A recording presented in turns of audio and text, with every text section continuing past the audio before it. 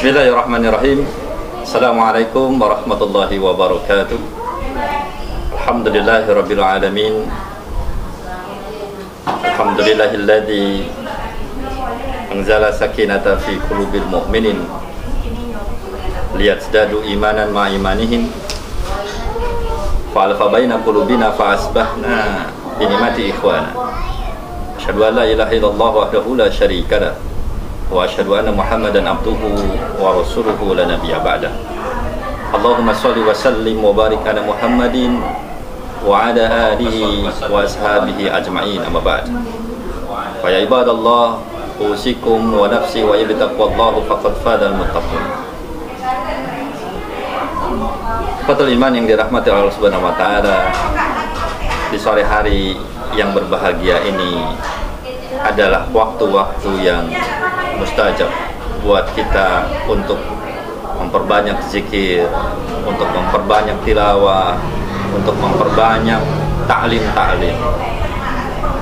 Karena itu kita memanfaatkan di sore hari ini yang begitu menggembirakan, maka patut kita bersyukur kepada Allah Subhanahu wa taala dengan mengucapkan alhamdulillahirabbil alamin atas kenikmatan yang luar biasa di mana Allah memperjumpakan kita dengan bulan Ramadan yang dimana di dalamnya penuh keberkahan. Salawat teriring salam semoga Allah selalu curahkan kepada baginda Nabi Muhammad SAW beserta keluarga, para sahabat dan para pengikutnya hingga akhir zaman. Ikhwatul iman yang dirahmati oleh Allah Subhanahu wa taala. Pada sore hari ini saya ingin memberikan sebuah tazkirah bersama dengan tema saum atau puasa menjadikan seseorang atau menjadikan insan yang muraqabah, yaitu seseorang yang lebih mendekatkan dirinya kepada Allah dan merasa dirinya selalu diawasi oleh Allah Subhanahu wa taala.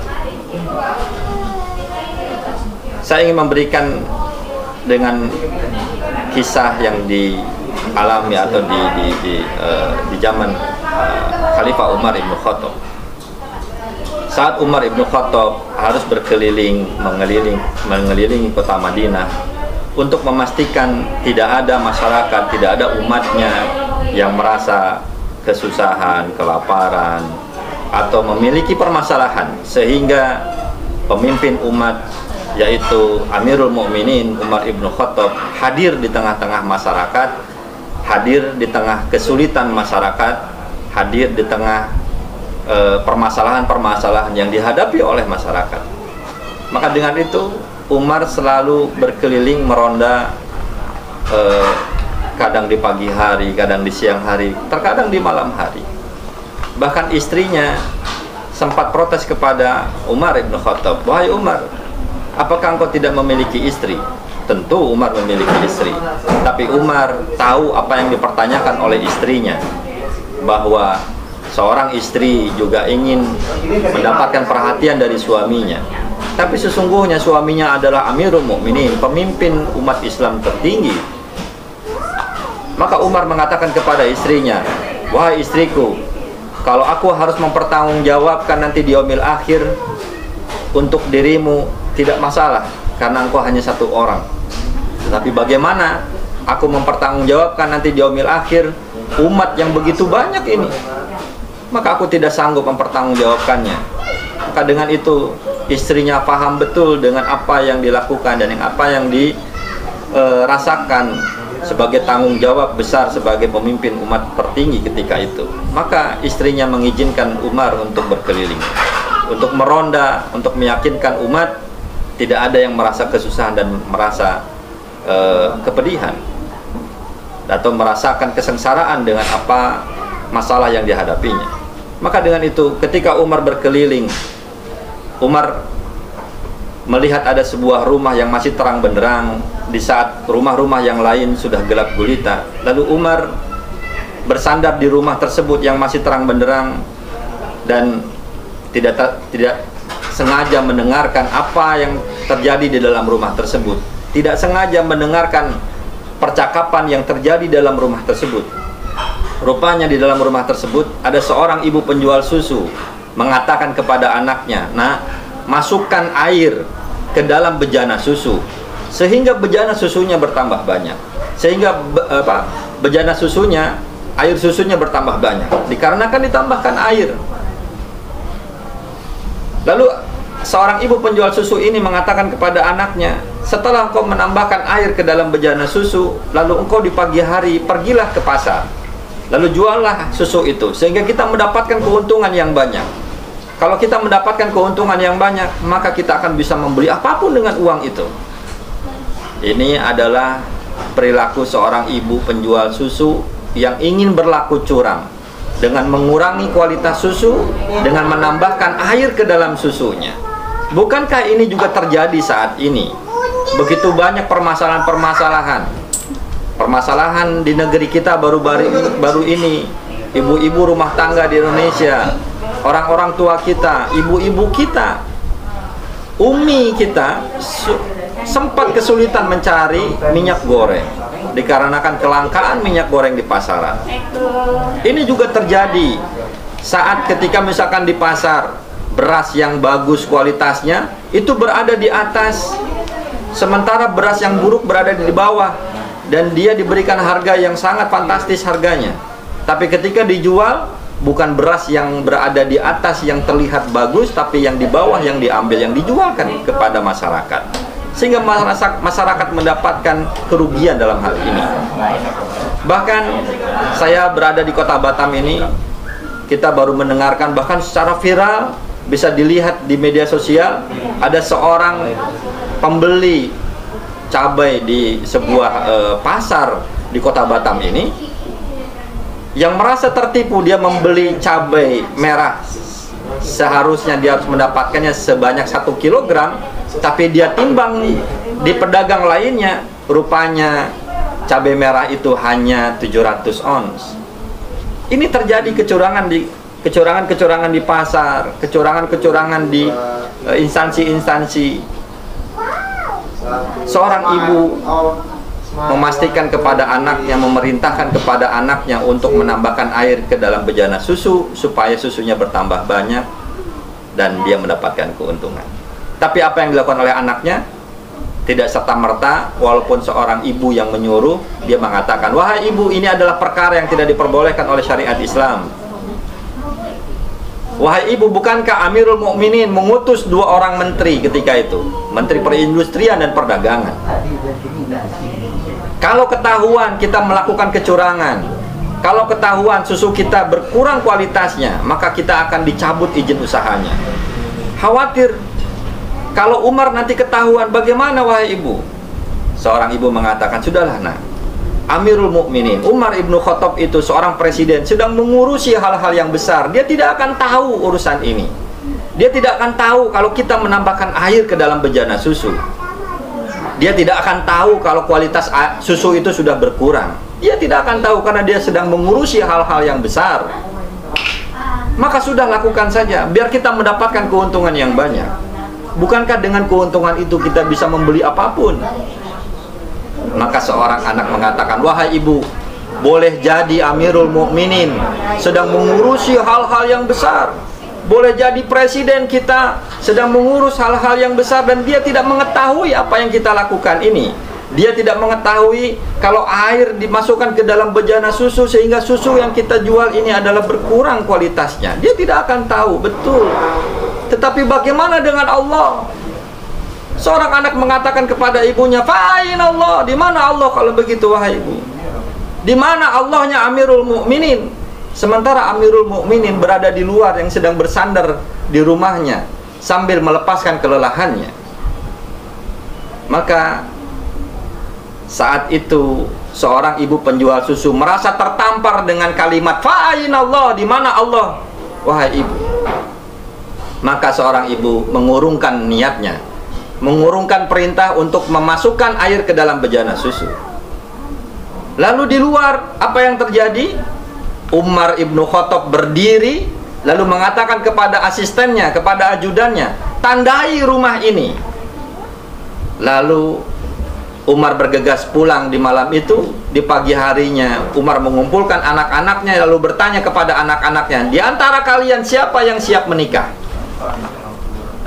Ada salah satu anak Umar yang bernama Azam, lalu dia siap untuk dinikahkan oleh Umar. Lalu Azam ini, anak Umar, dibawa langsung ke rumah penjual susu itu di pagi hari tersebut. Saat diketuk rumah ibu penjual susu, tok tok tok, assalamualaikum. Lalu terdengar jawaban dari dalam, waalaikumsalam.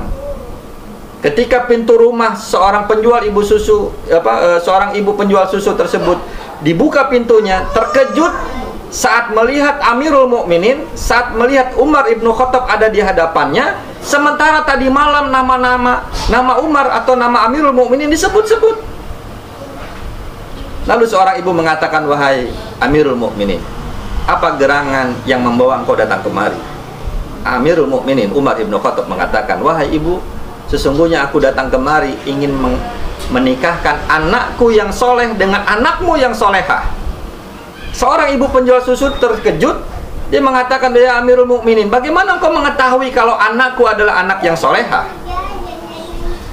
Kata Umar, ya wahai ibu, sesungguhnya aku sudah mendengarkan percakapan kalian tadi malam. Aku tidak sengaja mendengarkan percakapan kalian. Seorang ibu penjual susu merasa malu. Lalu singkat cerita dalam riwayat ini,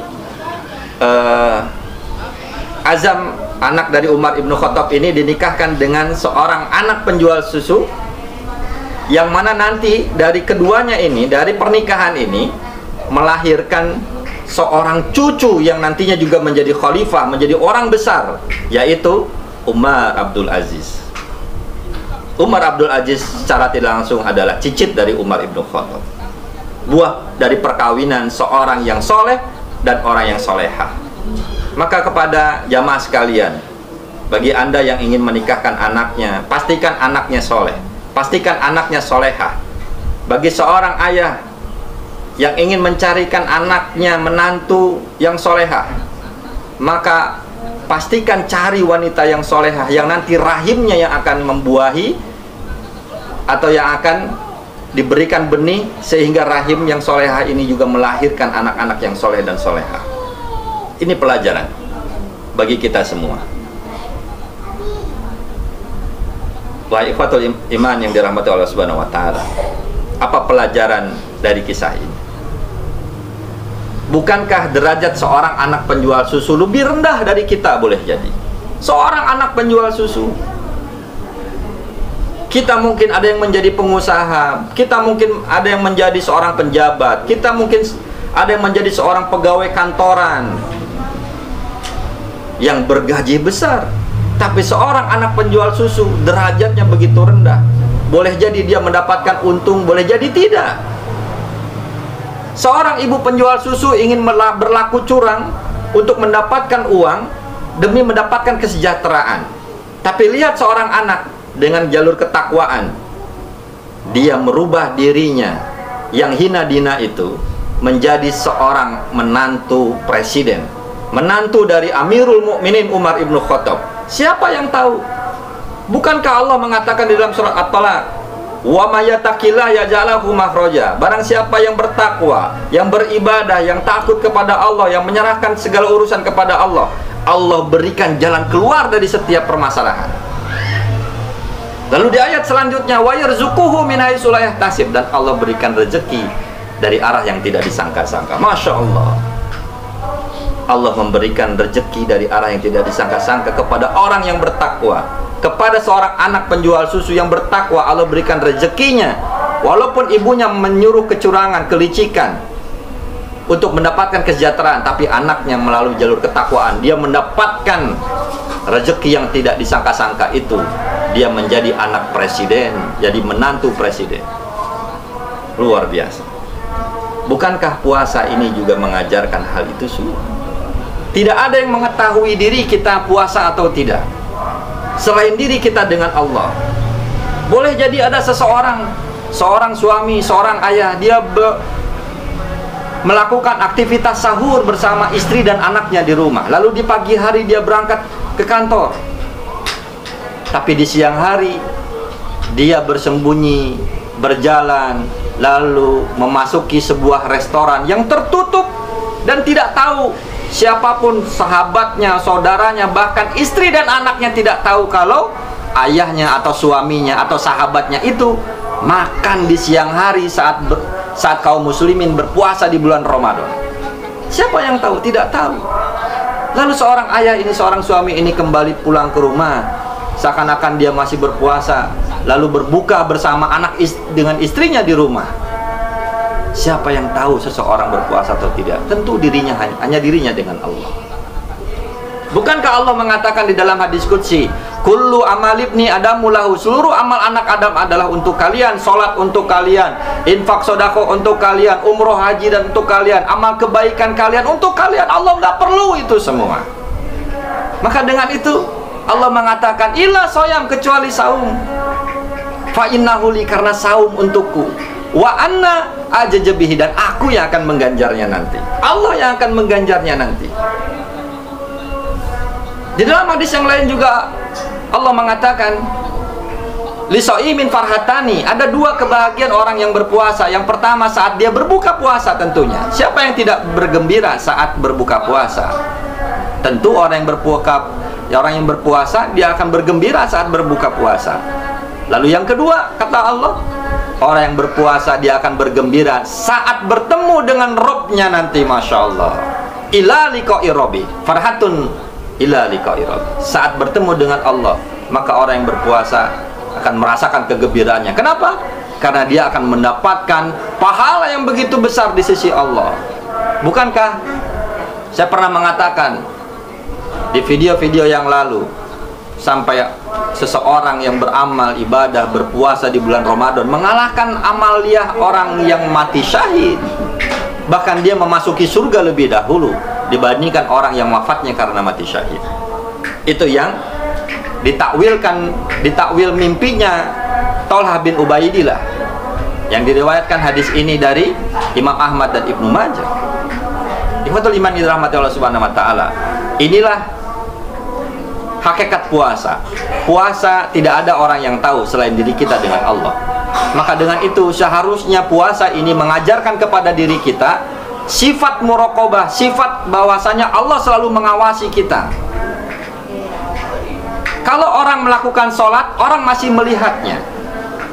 Ketika orang pergi umroh atau haji, orang masih bisa melihatnya. Tapi siapa orang yang bisa melihat seseorang berpuasa atau tidak? Tentu hanya dirinya dengan Allah. Karena dengan itu puasa seharusnya mengajarkan diri kita sifat muraqabah, merasa diawasi oleh Allah Subhanahu wa taala, sebagaimana juga nantinya merubah seseorang ini menjadi orang yang lebih baik. Bukankah puasa menjadikan orang yang lebih baik? La'alakum tattaqun. Orang yang berpuasa menjadi orang yang lebih bertakwa, menjadi orang yang lebih baik. Dan itu yang terjadi kepada seorang anak penjual susu. Dia menjadi jauh lebih baik dari seorang penjual susu menjadi seorang menantu presiden. Bukankah juga ini yang diajarkan dari puasa? Ketika kita memasuki, lihat ulat, seekor ulat yang menjijikan, ketika dia memasuki kepompong Ramadan, lalu dalam beberapa pekan, 21 hari, 3 pekan, dari kepompong itu ulat akan keluar dan berubah bentuk menjadi seekor kupu-kupu. Dan ini yang seharusnya kita lakukan. Puasa kita seharusnya bisa merubah sebagaimana berubahnya ulat menjadi kupu-kupu. Ada seekor ular juga berpuasa, tapi ular berpuasa dia tidak merubah dirinya. Ketika dia berganti kulit, dia masih wujudnya menjadi seekor ular dan tidak berubah apapun, hanya merubah kulitnya saja. Maka dengan itu janganlah kita menjadi seorang yang berpuasa seperti ular yang tidak berubah apapun walaupun hanya berganti kulit. Tapi kita berpuasa seharusnya seperti seekor ulat yang berubah menjadi seekor kupu-kupu. Kita memasuki kepompong Ramadan. Ramadan ini menjadi kepompong yang hanya 4 minggu, yang hanya 29 hari. Kalau tidak terlihat hilal, maka nanti akan kita genapkan menjadi 30 hari jika hilal tidak nampak. Dan semoga kita menjadi orang yang jauh lebih bertakwa sebagaimana seekor ulat menjadi seekor kupu-kupu yang indah. Dan inilah yang terjadi kepada seorang anak penjual susu yang berubah dirinya menjadi seorang menantu presiden. Hidupnya jauh lebih sejahtera dibandingkan kalau dia berlaku curang dengan menambahkan air ke dalam bejana susu. Dan dia melakukan kejahatan, kelicikan, dan kezaliman. Ikhwatul iman yang dirahmati Allah Subhanahu wa taala. Inilah mungkin yang bisa saya sampaikan pada kesempatan ini. Mudah-mudahan Allah memberikan kekuatan iman kepada kita. Allah memberikan kesehatan kepada kita semua. Allah memberikan keistiqomahan kepada kita semua untuk bisa melaksanakan saum di bulan Ramadan. Dan Allah memberikan kenikmatan kepada kita, bukan hanya melaksanakan saum, tapi memberikan kesempatan untuk melaksanakan ibadah lain, melaksanakan amal ibadah lain, amal kebaikan lain, sehingga amal ibadah kita bisa mengalahkan orang-orang yang wafat karena mati syahid, sebagaimana takwil mimpinya Thalhah bin Ubaidillah dalam hadis yang diriwayatkan oleh Imam Ahmad dan Ibnu Majah. Bahkan orang yang berpuasa di bulan Ramadan dengan secara penuh dan melaksanakan amal ibadah, dia masuk surga lebih dahulu dibandingkan orang yang wafat karena mati syahid. Itu saja yang bisa saya sampaikan jamaah sekalian, ikhwatul iman yang dirahmati Allah Subhanahu wa taala. Mudah-mudahan Allah mengampuni kita semua dan Allah mengangkat wabah penyakit sekaligus dengan mengampuni dosa-dosa kita. Saya akhiri dengan wabillahi taufiq wal hidayah. Assalamualaikum warahmatullahi wabarakatuh. Waalaikumsalam warahmatullahi wabarakatuh.